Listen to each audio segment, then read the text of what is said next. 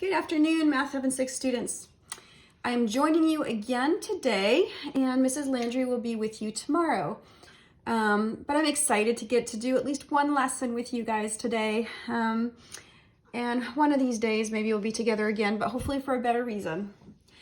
We are going to look at lesson 102, the perimeter of complex shapes. And I went ahead and drew this ahead of time just so that I would get straight corners and you wouldn't have to watch me spend hours drawing this, and so that I could use a ruler.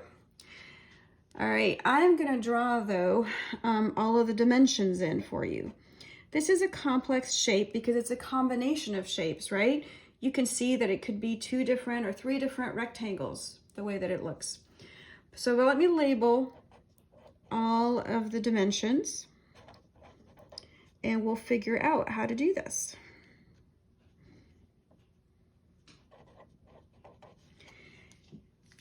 Now, the important thing is to know what the instructions are.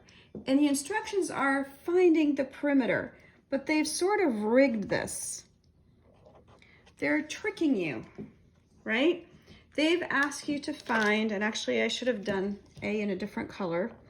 They're asking you before you can find the perimeter, and I always like to look at the perimeter, and I really do, because I'm always afraid I'm going to make a mistake, as the little guy taking a walk. He goes 4 centimeters, B centimeters, A centimeters, 3 centimeters, 6 centimeters, and then back to the start. And sometimes I label my start. The reason I do this is that it's so easy to make a mistake if you don't. And so I will start down here and say, well, I want to find my perimeter, right? My perimeter P is going to be 4 centimeters, right? I took my walk, plus B centimeters. I don't know what that is yet. I have to figure that part out. And A centimeters. Again, I don't know what that is, and I have to figure it out. And then I keep walking for BA3, 3 centimeters, and then down 6 centimeters, and then back home.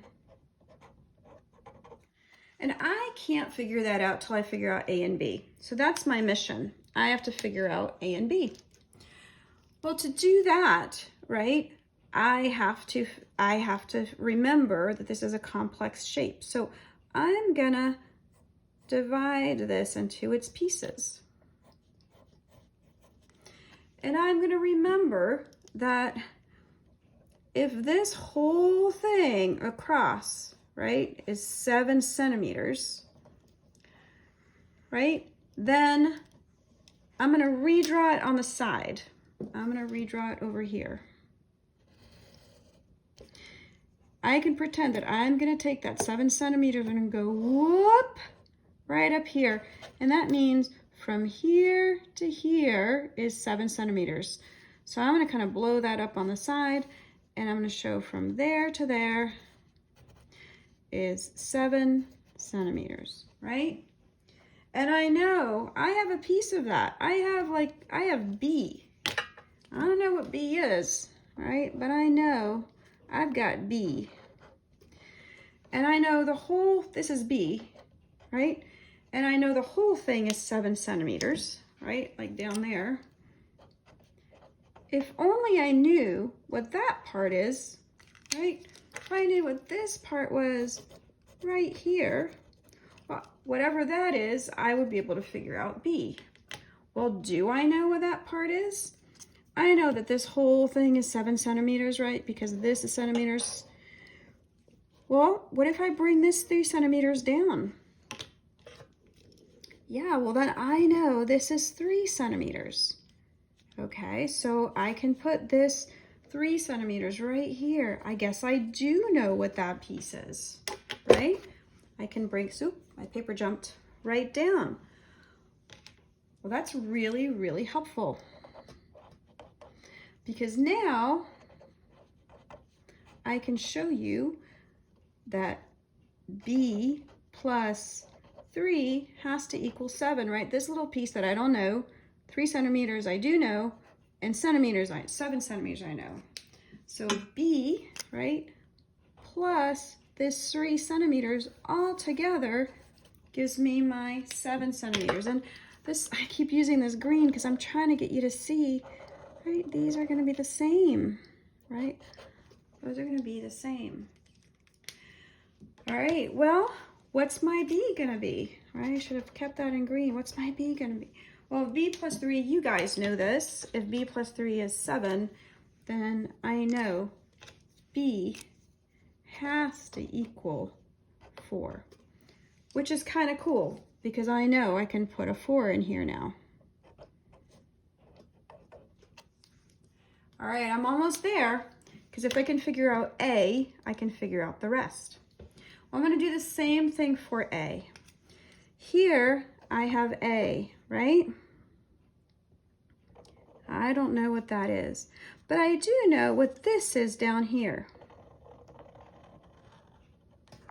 right? This whole thing is 6 centimeters. So I'm going to do what I did over here, and I'm going to redraw it, right? This whole thing, I'll just write it on the side. This whole thing is 6 centimeters. And I know that little piece of it, right up to here, that's A. Just like if I knew what this piece was here, if I knew what that was, I could figure out what A is. Well, do I know what that piece is? Right? Do I know what this piece is right here? Well, I kind of do, because it's the other, right, length of the rectangle. That 4 centimeters, right, is going to go right over here. I could scoot that right over, and I am going to scoot it right over so it's clear. So I'm going to say 4 plus 4 centimeters. So I know now that this is going to be over here, 4 centimeters. I'm trying to decide, do I write sideways, or I think this is maybe easier. And I'm going to make my A sideways just because it should be the same, right? 4 plus A. So now I have a second equation, right? I know that A plus 4 equals 6. Well, that's helpful because then I know this little A has to be 2. And so now I know that I have 2 centimeters. Okay, now that's one way to look at it. Really, you could also do things like relabel 3 and 3 here, right? 4 and 4 here, 7 and 7 here, because that helps you see the whole picture. Because that way you can see that I have my 2 lengths and my widths are A. I have my 2 lengths and my widths are B, right? So once I've done that, a lot of people stop here and they forget. I still have to solve this. They ask me not what A and B are, but they ask me what the perimeter is. So I now have to calculate the perimeter, and I'm not going to have room over here, so I'm going to just kind of go here. 4 plus 4 is 8, plus 2 is 10, plus 3 is 13, plus 6 is 19, plus 7 is 26. Does that agree with what you guys think? Is that 26 centimeters? Looks like that. All right, so we've solved the perimeter of our first complex shape. I'm going to pause for 1 second and come back and do another one.